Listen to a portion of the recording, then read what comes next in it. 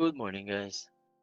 So, for today's video, I'm going to discuss my top 5 Google Sheets functions or Google Sheets formula. So, first, my best formula is the import range. Import range, ito ay yung mag-import tayo ng data from other file or from a different sheets or Google Sheets. Hindi sa different tab, kundi sa different file. Like nito. Ito, ibang file to mismo. Kung titignan nyo yung name, source, then this is our file that we are using right now. Yung formula lang na kailangan natin gawin dito is this one. So, the import range, okay. Let's do this. Let me do a quick modification. Okay. So, first, ito ang ating kailangan na formula. Yan. So, ang import range, pag tinype natin, ganito siya. Ang unang kailangan is the spreadsheet URL. Spreadsheet URL, hindi mo na kailangan yung buong HTTPS, kahit yung after lang ng D. Makikita mo yun sa link mo once na nag-open ka ng Google Sheets. So, ito yung akin. So, yung after nun D ko is itong mismong to. Yan. So, import range. Oops, sorry. Import range. Quotation mark, open quote. Then close it. Laging may ganyan si import range. Kasi gagawin natin siyang string. Okay? Yung range siya, pero gagawin natin siyang string. So, the name of the sheet file or your sheet tab. So, for this case, the name of my file, the tab is data. Exclamation, laging kasama yan. And then, yung range ng file kung hanggang saan ang kukunin ninyo. For example, this one is A1 to F11. Yun. So, ito na yun. Yun nasa taas. Yan na yung file na kailangan natin. And then, the formula is here as well. Okay? Yan yung formula na ginamit natin. So, remember guys, this one is yung after nung / D and then / Kasi makikita nyo ganito siya eh. D, ganyan. May ganyan siya sa link. So, ang kukunin nyo lang yung ito hanggang after, ayan hanggang doon sa kung saan maggaganto ulit. Yan. After the / and then before yung / ayun lang yung kukunin ninyo. Pero, pwede nyo rin naman kuhain ng buo. For example is ganito. Okay. Buuin natin to. Ito lang din yun. Buuin na ito yung sinasabi ko. Yan. Hanggang dito lang. Yan lang yung kukunin ninyo. Okay? So, kunwari yan, binuo ko. Same pa rin lalabas niya. Since yun din naman yung data, yun din naman yung link, yung pinaka-mahalaga naman dyan is yung unique ID. Yan. Okay, quick trivia, yung D po means document. Yung nakikita nyo pong D na yan, documents, docs. So, yun na nga si import range. And then, let's proceed for my second useful or most useful formula. Okay? Yun ay si average. Si average, ano bang ginagawa? Si average is yung kinukumpit niya yung value in a data set, ignoring the text. Kumbaga, kung ito, i-average natin. Ito. Pag ito in-average natin yung text type, hindi yan ma-average. Kasi wala naman tayong ma-average diyan. Kumbaga hindi siya quantifiable value, 'yon. So, yun nga average. So, the formula of average is just like simple as this. Average. So, pwede kayong tumingin dito, pwede rin naman kayong tumingin dito. So, kung saan kayo komportable, dito ako tumitingin 'pag maikli lang yung formula ang gagawin ko. 'Pag mahaba dito kasi I can adjust this one. So, puwedeng pababain ko pa lalo, mga gano'n. So, let's do the average. Average function, ang i-average natin is, so average and then the value. Ano ba yung value natin? So, column F is yung ating value. I have another sample here na pwede nating i-average. So, for this one, average, either tab or just open parentheses and then highlight your data set. Okay, for this one, ayan yung average natin. Then, close parentheses. There you go, 77.3. Okay, balik lang natin to. So, ganun gumagana si average. And then next one, yung family naman ni average is AVERAGEIFS or AVERAGEIFS and AVERAGEIF na walang S. Okay, for this data sample, pagkakaiba niya is si AVERAGEIFS is kaya mong gawan ng multiple criteria or multiple condition. Like gusto kong kunin yung data, gusto ko i-average yung kay visceral lang, at the same time, i-average ko siya by the year of 2019. For this sample, ito siya. So, let's do the average ifs. Average ifs. Average ifs, i-average natin. Kukunin muna natin yung range ng i-average natin, which is ito yun, yung column F. Don't forget to always lock your data, especially pag malaki ang yung ginagawang formula or malaki ang iyong ginagawang dashboard. Kasi pag dinrag mo yan pababa, yung formula mo, mag-move din yung mga cell niya. So, you should lock it always kung necessary lang din. Then, comma, the next is criteria range. Ito yung parang saan ba natin kukunin? May list ng name. Ito, since visceral yung gusto natin kunin, yun. So, lock it by hitting the F4 button of your keyboard. Okay? Then, comma, kunin yung kay visceral lang at hinighlight na natin yung mga names. Type na natin si visceral dito. Babay natin konti yung screen. Yan. Si visceral.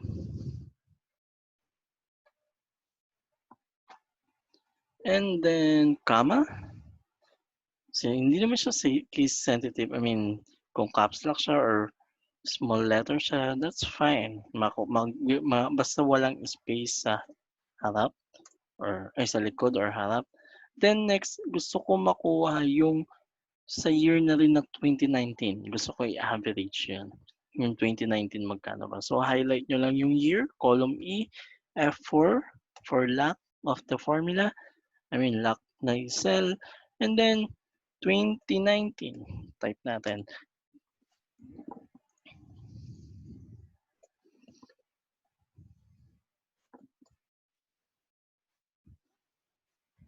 Okay.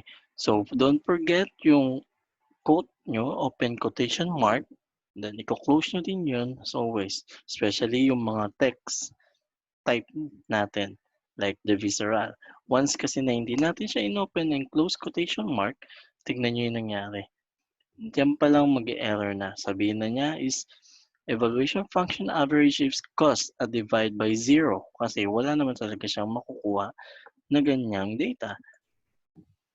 So, yun nga, yung div 0 divide by 0 yung ibig sabihin niyan. So, ngayon, lagyan natin open and close quotation mark. Then, hit enter. There you go. May lumabas na. Okay? So, sa 2019, kay Visceral, meron siyang $200,000. Palitan natin. Gawin nating, let's get data for, let's say, madali lang i-type. Dome. Then 2019 pa din. Bakit? Kasi wala si Don ng 2019. 2018 lang siya meron. Okay? Yan yung sa dataset natin. Wala. Okay? So, yun yung nagko-cause ng mga error. Meron pa. Okay, let's say 2018. Then, yun, may lumabas na. So, i-average natin yan si Don, kay Don. By the year 2018, itong 89 and 65, average is 77,000. That is average ifs. Okay? Then next, let's proceed. Yung ka-family niya din, si average if. Ang kaibahan niya dito nga, sabi ko kaya, si average ifs is multiple criteria. Kung nakita nyo kanina dito, pwedeng mahaba. Ayan. Ito yung sample niya. May sample na rin dito. Then yung sample din naman sa akin. So, yun. Si average if, yung walang S, is isang criteria lang. I mean, yung 3 argument lang siya. Ito, per argument, 1, 2, 3. Kung susobra ka pa dyan, kung lalagay natin, kunyari ito, tanggalin natin si S, mag-error na siya. NA. Yan. See the error message? Wrong number of arguments. So average expected between 2 and 3 arguments. But got 5. Which is 5 na naman. 1, 2, 3, 4, then 5. So, yun yung kaibahan niya. Saka, isa pa pala. Mauuna si iya. Si criteria ninyo. Unlike kay average if S, nauna si yung range na i-average nyo. Itong si column F. Kung titignan nyo dito sa sample ko, A3 is yung name, block. Then type nyo kung ano yung gusto nyo kunin sa list na to. And then F3 to F12 yung range na gusto nyo i-average. Nahuli siya. Ayun yung kaibahan nilang dalawa. Kasi pag inuna natin, yan, una natin, sample natin. So, hindi nga. So, magkaka-error siyang ganyan. Argument must be arranged. Since, yun nga, dapat kasi mauuna si criteria before the range. So, that's for the average function. Let's proceed with the sum function. So, sum is yung i-add mo lang naman yung value. So, for the sample is yan. So, equal sign. Laging meron yan to start the formula or to start the function. Tab or open parentheses para ma-choose mo agad yung unang-una option na formula. Yan, tab. Ayun ang mga shortcut niyan. Then, highlight mo lang kung anong cell yung gusto mo isum. Then, close parentheses or you can just easily hit enter. Then, there you go. Automatic na yung close parentheses niya. So, let's proceed now dun sa ka-family niya din. SUMIFS and then SUMIF. Okay, same ano lang din naman siya. Parang same procedure ni average if S and then if. Si if S and then si if. Okay, isa pa pala yun. Si function na if. Let's talk about that next video. Okay, sum function. Sum function, sum. Let's start for SUMIF. We're done sa SUMIF na muna. So, same din siya. Mauuna din muna yung criteria range before yung range na isa-sum natin. Okay? So, criteria range, si A, si column A, or yung list of name. And then ito, pwede nyong i-hard code, visceral. Yan. Pwede din naman ninyong yung naka-formula na rin. I mean, doon na naka-reference sa cell. Like this one. Sa I8. Si I8, si visceral, yung tinype na natin. So, same result lang din. Okay? So, SUMIFs, same lang din naman siya. Mauuna nga lang dito yung range na isa-sum natin. So, nauna si F. Change it to 12 para ma-extend 12. For our next video, we will discuss more about specific function. Nauna si range na isa-sum natin. Yeah. And then the criteria range. First is the name. Gusto kong kunin yung kay Visceral. Siya yung tinype ko dito. And then the year 2019. Para naman sa criteria range ni column E, the year. Okay? Halos wala lang din siya kaibahan kay AVERAGEIF. Kinuha ko lang to, pinalitan ko lang yung function. Okay, let's proceed naman kay count function. Si count function is yung bibilangin niya yung data na meron ka. Okay? Si count function, ang binibilang niya, yung count mismo, na formula, ang binibilang niya is yung number. Ini-exclude niya yung text. For this sample, since ang ganito lang naman ito, lagyan natin to. For example lang, lagyan natin to. Then, count, open parentheses, and let's count this one. Close, or you can block it. Close, there you go. 10. Pero kung bibilangin mo to, 1, 2, 3, 4, 5, 6, 7, 8, 9, 10, 11. Hindi niya binilang yung text. Ayun yung ginagawa ni count. So ngayon, para maisama si text, kailangan natin ng count A or count A function. Count, add nyo lang yung A sa dulo. Hit tab on your keyboard. Then, highlight the range nung bibilangin ninyo. 11. Okay, kasi 11 to. Okay, sample pa tayo. Ito. Paano naman kung text, then number, yung pang 11. Let's change this one from column E to column D. Oops, sorry. There you go. Ganun pa rin. Ayun yung nagagawa ni count A. So, isa yan sa kapamilya ni count function. Let's proceed with COUNTIFS and COUNTIF.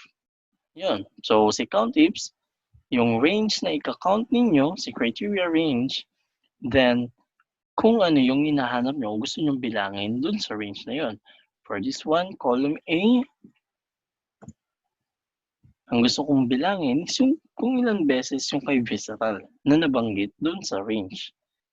Then, gusto ko palagyan ng isa pang criteria sa year ng 2019. Ilang beses lumabas yung pangalan ni Visceral sa column A at may year na 2019 sa column A. Yan na nga, hinard code ko na lang po siya dito, Visceral 2019. Then enter 3. Bilangin natin 1, 2, 3. Then next, COUNTIF. COUNTIF function naman, isang argument lang yung pwede nating magawa. So COUNTIF, si column F, is greater than 100,000. Okay? So ilan na lumabas? 3 din. 1, 2, 3. Bakit hindi sinama si 100? Kasi ang binibilang natin is greater than 100. Okay, kung sasamahan natin ng equals, magiging 4 na siya. 1, 2, 3, 4. Kasi it is equivalent to 100. Okay, yan na po. And then, VLOOKUP or what we call the vertical lookup. So, it searches down the first column of a range. Ito, kunwari ito yung dataset natin. Yung first column, ito yung pinaka-criteria natin or condition. And then, ang hahanapin natin is yung the following columns. Okay? For the specified cell. For this sample, ang criteria natin is si Visceral pa din. And then, sa exact match ang kukunin natin. Exact match is ganito siya. Exact match means yung kay Visceral, merong Ogie. May Visceral din na merong Sunset, yung manager name. So, yung ginagawa natin, ang kukunin natin yung unang-una, si exact match. Ito si Ogie. Paano natin gagawin yon? So, equals VLOOKUP tab. Oops. Ito na yung formula ko kanina. Type natin si visceral, comma, kasi si visceral yung kukuhaan natin ng manager. And then, i-highlight natin si dataset natin. So, hindi siya pwedeng una dito kasi ang criteria natin is yung dito sa column A, which is yung name.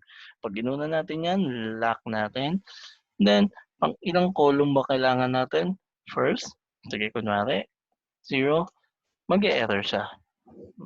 Okay? Did not find the value. So, ayusin natin. VLOOKUP visceral from the dataset of A to B or A to F. Ganun na natin. Sorry. Maraming formula. A3 hanggang F12. Lock. Ito yung sinasabi ko sa inyo. Pag malaki yung data ninyo, dapat nilalak ninyo. Kasi once na binaba niyo yan, bababa din yung dataset ninyo. I mean, yung range nyo. Okay, hindi ko lalak. Papakita ko sa inyo yung sample. And then, pang ilang column yung gusto natin kunin. So, sa part na to, kukunin natin yung manager, which is 2, second column. Then, ano means true, exact match, or 0. Then, there you go. Okay. Kung gusto natin kunin yung year, papalitan lang din natin yan. Pang ilang ba sa year? Pang 5th column from the list of name, from column A. Then, there you go. Palitan lang natin yan. Gawin lang natin A3, F12. Okay? So, next is si approximate match. Kumbaga, yung hindi niya sakto talaga na match. Yung second data. So, si visceral, ang kukunin natin is approximate match. Okay?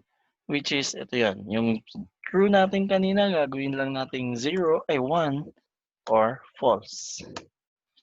Okay? So, yun na. So, yan lang naman yung si VLOOKUP natin. We will talk about this more sa mga next video natin. And then, last but not the least, unique is kukunin mo yung sa list ng data mo or sa isang column, kukunin mo yung unique name. For this one, let's give sample na 1 QWERTY, 2 QWERTY, sabihin natin doble-doble yan. Sabihin natin doble-doble siya. Once na yung nag-unique function tayo, ayan, unique, i-highlight natin yung range ng data na kukuhanan natin, then close the formula, then there you go. Nakuha si QWERTY, nakuha si 2 QWERTY na walang doble. I think that's all for now, guys. Thank you for watching this video. Sana marami akong naituro sa inyo or itong mga basic Google Sheets function na useful sa trabaho natin. Okay? So don't forget to like and subscribe button and bye-bye.